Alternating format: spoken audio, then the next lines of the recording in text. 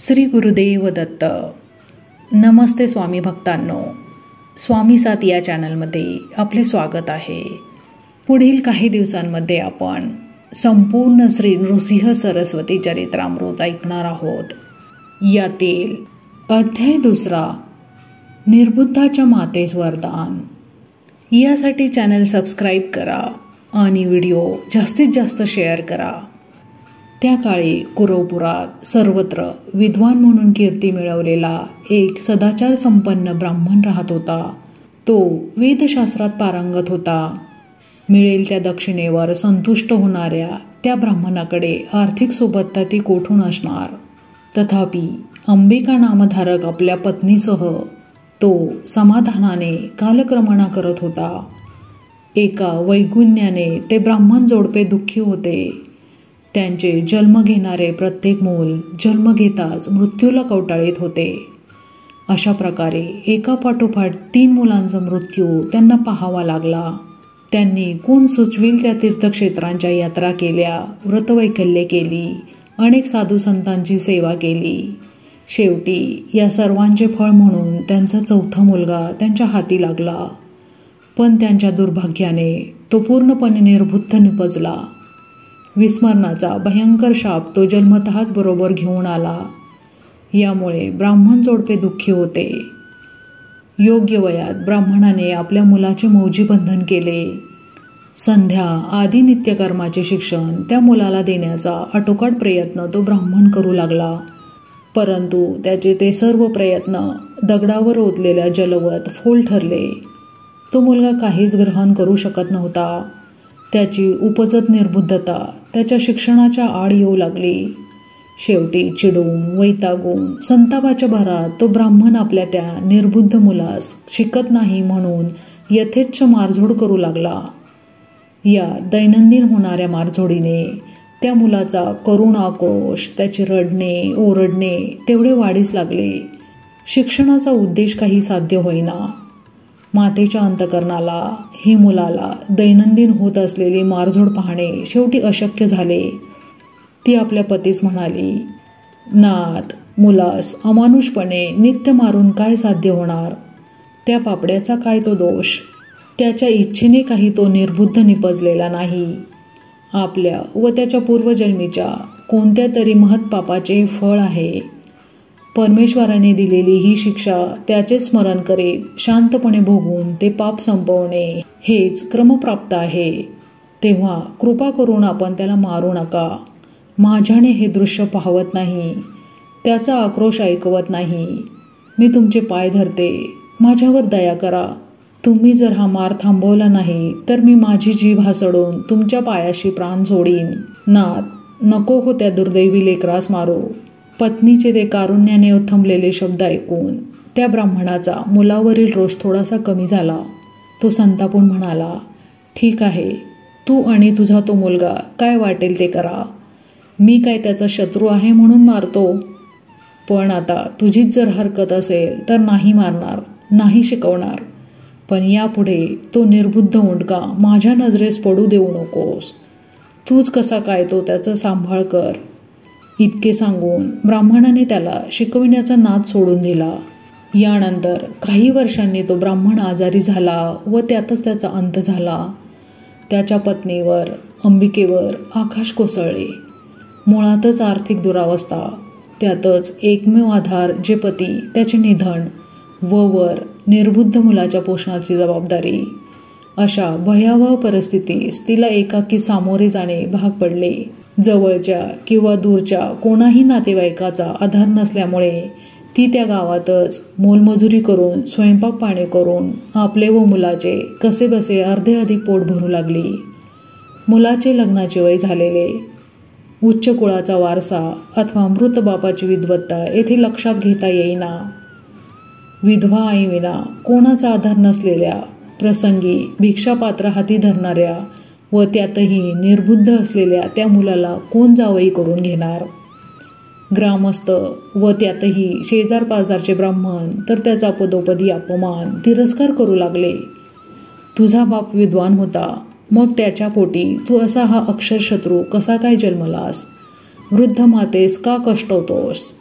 घरोघरीचे पाणी भरून, शेणाखताच्या पाट्या वाहून, लोकांची गुरेढोरे राखून काही मजुरी मिळव, काहीतरी कष्ट कर. नाहीतर विहिरी नदीचा आश्रय घे, त्या म्हातारीच्या मागचे कष्ट संपव. तू ब्राह्मणत्वावरील कलंक आहेस. तुला अशा प्रकारे जीवन जगताना लाज शरम कशी वाटत नाही? अशा प्रकारे लोक त्याला रोज रोज घालून पाडून टोचत राहिले.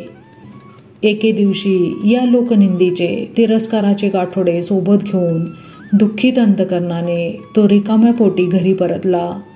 उपाशी पोटी चटईवर आडवा झाला. संपूर्ण रात्र त्याने विचारात तळमळत घालविली. पहाटे पहाटेच तो आईसमोर बसला. ढसढसा रडू लागला व नदीवर जाऊन तेथे आपले जीवन संपवण्याचा कृतनिश्चय त्याने आईस ऐकवला. अंबिकेलाही पुत्राचे दुःख पाहवत नव्हते व उपायही सुचत नव्हता. तेव्हा ती म्हणाली, मी तरी एकटीने कसे व कशासाठी जगायचे? तेव्हा आपण दोघेही आता कृष्णामाईचा आश्रय घेऊया.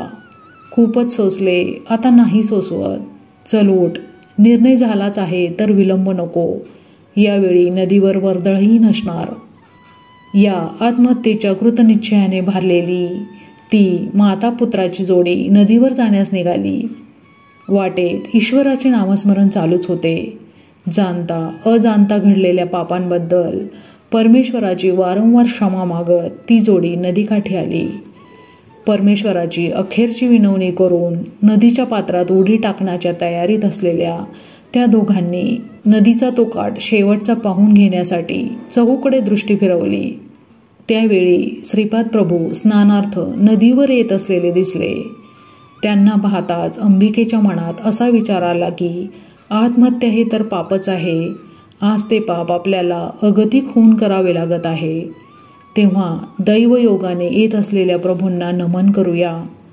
त्यांना नमन केल्याने या घडणाऱ्या पापाची तीव्रता थोडी तरी कमी होईलच. शक्य झाल्यास या आत्महत्येच्या निर्णयाप्रत आपण का आलो हे त्यास कथन करून त्यांची या कृत्यास अनुमती मिळवू. त्यांचा आशीर्वाद तर निश्चितच मिळेल व त्यायोगे पुढील जन्मी तरी जीवनाची अशी परवड होणार नाही. हा तिचा विचार तिने आपल्या मुलाला सांगितला व दयानिधी श्रीपाद श्रीवल्लभांसमोर जाण्यास ती निघाली. श्रीपाद प्रभूंजवळ पोहोचताच त्या दोघांनी अत्यंत भक्तिभावाने त्यांच्या चरणी वंदन केले व आपला आत्महत्येचा विचार त्यांना सांगून त्यांची अनुमती मागितली. श्रीपाद प्रभू म्हणाले, मानव देह हा अतिशय दुर्लभ असताना तो असा आत्महत्येद्वारा संपविण्याचा निर्णय घेण्यास भाग पाडणारे असे कोणते संकट तुम्हावर कोसळले आहे ते प्रथम मला सविस्तर सांगा. यावर अंबिका त्यांना आपली व आपल्या पुत्राची सर्व कर्मकहाणी कथन करती झाली. हात जोडून पुढे म्हणाली, हे दयाघणा, आमचा सर्वच बाजूंनी कोंडमारा झाला आहे. आत्महत्या हे पाप आहे हे माहीत असूनही अत्यंत नाईलाजाने आम्ही हा निर्णय घेऊन येथे आलो आहोत. आमचे परमभाग्य म्हणून या अंतिम क्षणी तुमच्या दर्शनाचा लाभ झाला. तेव्हा कृपावंता, पुढील जन्मी तरी माझ्या जीवनाची अशी परवड न होता मला तुमच्याच सारखा पूज्य, सर्ववंद्य व ब्रह्मज्ञानी पुत्र होईल असा आशीर्वाद द्यावा. ही विनवणी करून अंबिकेने श्रीपाद प्रभूंच्या चरणावर आपले मस्तक ठेवले. करुणानिधी श्रीपाद प्रभू त्या ब्राह्मणीला म्हणाले, प्रथम माझी आज्ञा मानून हा आत्महत्येचा विचार तुम्ही दोघांनीही सोडून द्या आणि हे ब्राह्मणी, तू शनी प्रदोषाच्या व्रताचे मनोभावे पालन कर. प्रदोष समयी भगवान शंकराची पूजा अर्चा केल्याने तुझे इच्छित मनोरथ पूर्ण होतील. गेल्या युगात गोपींनी याच व्रताचे पालन करून महादेवाला संतुष्ट केले. त्याचे फळ म्हणून गोपगृहात प्रत्यक्ष भगवान श्रीकृष्ण प्रकट झाले. त्यांनी जगोद्धाराच्या अनेक लौकिक अलौकिक लीला केल्या. तूही या व्रताचे पालन कर, म्हणजे तू इच्छितेस तसा पुत्र तुला होईल. माझे तुम्हा दोघांनाही आशीर्वाद आहेत. असे सांगून दयावंत श्रीपाद प्रभूंनी शनी प्रदोषाचे व्रत कसे करावयाचे याबाबतचे सर्व तपशिलासह तिला मार्गदर्शन केले व वर विचारले, आता तरी आत्महत्येचा मार्ग सोडून आत्मोन्नतीचा मार्ग अनुसरता येईल काय? या आपल्या प्रश्नाला उत्तराऐवजी अंबिकेच्या तोंडून अस्पष्टपणे फुटलेला हुंदका श्रीपाद प्रभूंच्या कानी पडला. तिचे नेत्र अश्रूंनी डबडबलेले त्यांनी पाहिले. श्रीपाद प्रभूंनी मनातल्या दुःखाचे कारण ओळखले. तिच्या पुत्रास आपल्याजवळ बोलावून त्यांनी त्याचे मस्तकावर आपला हात ठेवला. तुला वेद येत असताना तू वेद पठन का करीत नाहीस असे त्यास विचारून त्याला तेथल्या तेथे वेद पठन करण्याची आज्ञा केली. मोठा चमत्कार झाला. निर्बुद्ध म्हणून ज्ञात असलेला तो ब्राह्मणपुत्र अस्खलितपणे अत्यंत शुद्धोच्चारपूर्वक वेद वदता झाला.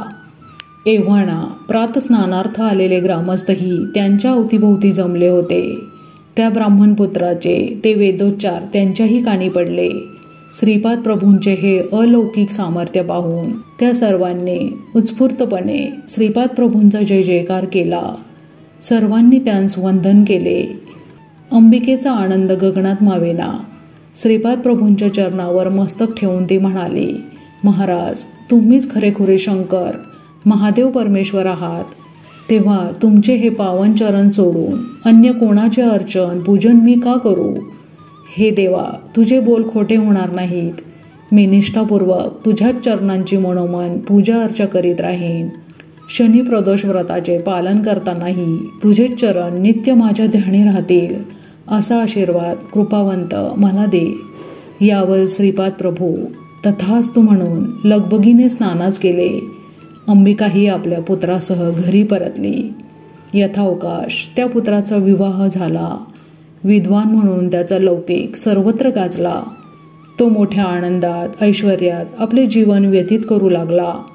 अंबिकाही शनी प्रदोष व्रताच्या पालनाबरोबरच अखंड ईश्वर स्मरणात सेवेत आपले उर्वरित आयुष्य व्यग्र ठेवू लागली.